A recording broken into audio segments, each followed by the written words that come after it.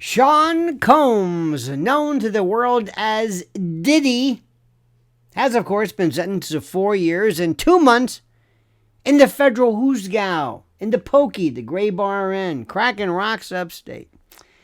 He will serve his time, pay his fine, and endure the scrutiny of a nation that has already decided that he is guilty of everything ever whispered about him. But ladies and gentlemen, before we congratulate ourselves in any way whatsoever on justice served, let us ask what justice actually means in an age like today where celebrity, power, and public image all collide. This is not a defense of perfection. It is a defense of proportion.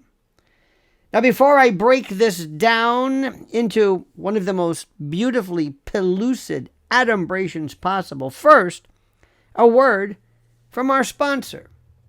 As many investors are quickly realizing, exploration companies are making bold moves south into the United States, where policies are rapidly shifting to support domestic production of critical minerals. With rising geopolitical tensions and growing trade uncertainty, securing reliable local sources of metals like copper has become a strategic national priority. Copper isn't just a vital industrial material, it's a backbone of national defense and advanced military technology. From communication systems and radar to weapons guidance, aerospace, and naval infrastructure, copper plays a critical role in maintaining military readiness and technological superiority. And now, U.S. copper prices are reflecting that urgency. After threats of a massive 50% import tariff on Chinese goods, prices have surged, sending a clear message: domestic copper is more valuable than ever. That's why District Copper Corporation is starting to stand out. The company recently secured a U.S. market listing, ticker CAXPF, a strategic move that boosts its visibility with American investors and aligns it with federal priorities around critical mineral supply chains. District Copper is advancing its projects with a focused mission to help reshore copper supply and support industries vital to U.S. national security. With copper hitting 16-month highs, global supply chains under pressure, and the looming potential closure of one of the world's largest copper mines in Indonesia, the need for stable domestic production is becoming urgent. In this environment, District Copper Corporation is positioning itself for long-term growth and potential expansion into key U.S. states known for their strategic mineral wealth. The company is aligning with powerful macro trends, and with the growing demand for copper in defense, aerospace, and secure communications, the timing couldn't be better. If you're following developments in critical minerals and defense-related resource strategies, District Copper is one to watch. Click the link in the description to learn more, and thank you to District Copper Corp for making today's video possible. Diddy's 50-month sentence, a $500,000 fine, and court-ordered counseling for mental health and substance abuse, whatever, all come after years of relentless media attacks and a spectacle of selective outrage. It is fair to ask, my friends, whether this is punishment for proven crimes or retribution in some way for being powerful, rich, and black, and kinky, and weird, and scabrous, and concupiscent, dare I say, in America. An America that still loves to destroy its icons once they grow too influential. Let us begin with the facts, my friend, not the feelings. Mr. Combs was found guilty of 2 counts of transportation to engage in prostitution. That's the centuries-plus-old Mann Act violation. Remember, they got Jack Johnson and R. Kelly and somebody else they got. Some other black performer. Just saying. He was acquitted of sex trafficking and racketeering charges that could have put him away for life. Now, that is not a small distinction, my friends. The jury heard the evidence and said no to the most serious allegations. But in the public mind, acquittal means nothing because the cultural courtroom never closes. See, the media call this accountability. I call it vengeance dressed as virtue. You know, we live in an era now where the Bureau of Prisons releases an inmate's release date before the ink is dry on the sentence. May 8th, 2028, they tell us. May 8th, 2028, they tell us. Don't forget, there's no parole in the federal system. You serve about 85% of your sentence, so that's about it. Now, as if the date itself were a trophy, proof that justice has triumphed, I guess that's what they say this is. Yet what has triumphed is the illusion of justice, powered, I say, by headlines, really nothing more than moral posturing. Diddy has become the poster child for everything America wants to pretend it is fixing. Misogyny, abuse, excess, fame, kink. He's no longer a man, but a metaphor, I dare say. That's right. And metaphors make easy targets because they don't fight back. As though he's the only one in Hollywood. Come on, man. As Joe Biden would say, come on. The court said it wanted to send a message. That is the problem. See, justice is not supposed to send messages. It's supposed to weigh the evidence. When a judge declares he must consider Diddy's freak-offs as part of his history, you know we have left the courtroom and entered the confessional. And the sentence, my friend, was not crafted in law, but in some kind of morality. You see, this is not the first time Diddy has been punished for being larger than life. No! From the 1999 nightclub shooting to business lawsuits and personal scandals of every kind you can imagine. Every chapter of his career has been magnified through a lens of suspicion. And why him? Why is he such a bad guy? Why? What did he do? I think we know. I think he stepped on the wrong toes, if you know what I mean. Now, when others in entertainment commit similar or worse acts, well, they're rehabilitated by Netflix documentaries and soft focus interviews.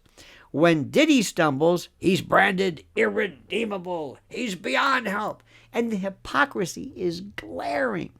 Now, the same music industry that profited from his genius now lectures him about morality. Can you imagine that? This group?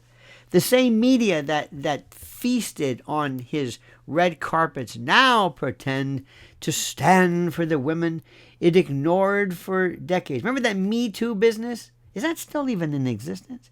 And the same culture that glamorized this sordid decadence, now wants to crucify the man who embodied it a little too well. I mean, after all, he's the only one. Now, none of this excuses any crime, of course, but it demands perspective, proportionality.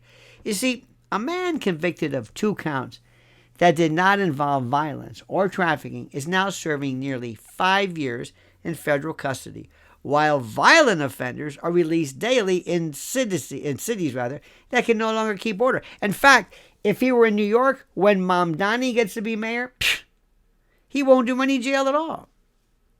That's not equity. That's not justice. It's theater. Absolutely. And that's wrong. Whether you like it or not, it's wrong. And we're told he must pay for what he symbolizes. What he symbolizes, in truth, is the danger of success without submission. Diddy built an empire without permission from the right people, from the establishment. He broke rules that were written to keep men like him in their place. And that, more than any legal infraction, is what he is being punished for. And you know it and I know it. He was a poor kid from Harlem who built a billionaire status and became a billionaire mogul. He turned Bad Boy Records into a brand that defined a generation. He launched clothing lines and media ventures and spirits empires. That might have been his downfall. That might have been the downfall. But anyway, they employed thousands. Yet the legacy that should be celebrated has been rewritten as some kind of pathology. You see, his power has been recast as predation. His influence now is considered manipulation. You know, you can despise his arrogance or question his lifestyle. That's fine. But you can't deny his impact. He redefined hip-hop not as rebellion, but as aspiration. He made it possible for artists to think like executives. And he showed that culture could be capital. And that kind of independence in this era is unforgivable. Oh, no, no, no. The so-called justice system loves a morality play. It feeds on spectacle. The judge's language about Diddy's power and the message of deterrence all reveals how political justice has become. This was never about 2 counts of transportation. This was about reminding everyone, including future moguls, that power not sanctioned by the right people can and will be stripped away. The obsession with humiliation is equally revealing, my friend. Every photograph from court, every prison detail, every leak from inside the Bureau of Prisons serves the same purpose: degradation. When did accountability become entertainment? When did punishment ever become programming? It's sadistic. And notice, my friend, how the coverage is framed. Words like disgraced and fallen appear before any mention of due process. Each report is seasoned, is peppered with moral judgment. The public has been trained to view guilt as content. If America truly believed in reform, it would applaud Diddy's sentence as a chance for rehabilitation. But that is not what this is about. Oh, no. The court ordered mental health and substance counseling not as compassion, but as punctuation. It was part of the performance. The message is clear. This is not rehabilitation. This is ritual purification. Think of it as a form of ablution. And while the public pretends to celebrate justice, something darker grows underneath. A precedent. A precedent is being set. The more famous you are, the less due process you deserve. And the more power you wield, the more punishment you invite. It's a reversal of everything justice once meant. Now, in the end, Diddy will serve his time, and he will emerge. The calendar says May 8th, 2028, but the truth is that this date marks the end of his physical sentence, not his cultural one. His name will remain radioactive because redemption does not sell as well as ruin. Still, there is reason for hope. And the same force that built his empire remains within him. His resilience, his entrepreneurial drive, and his belief in his own survival have never depended on public approval. They are the traits that made him a legend in the first place, and you know it's true. History will look back at this case differently. It will see a man punished not for crimes proven beyond doubt, but for the audacity of his success. It will see a culture that needed a villain and chose one who fit the narrative. Oh, Diddy's legacy. It won't be decided by judges or journalists. It will be decided by time, and time has a way of humbling even the loudest moralists. For now, my friend, the system may have its victory. But when May 2028 arrives, the story begins again. The same man they tried to erase will walk out, not as a cautionary tale, but as proof that survival is the ultimate form of justice. What saith you, my friends? What do you think? What is on your mind? Am I right? Am I wrong? Am I full of prunes, as my beloved mother would say? What do you think? Weigh in. I provided some questions for you to ask. I ask you to like this video, subscribe to our channel, and again, like this. I'm begging for metrics because that is the soul of our survival. I thank you, my friends, and I ask you right now, without further ado, to comment as you see fit.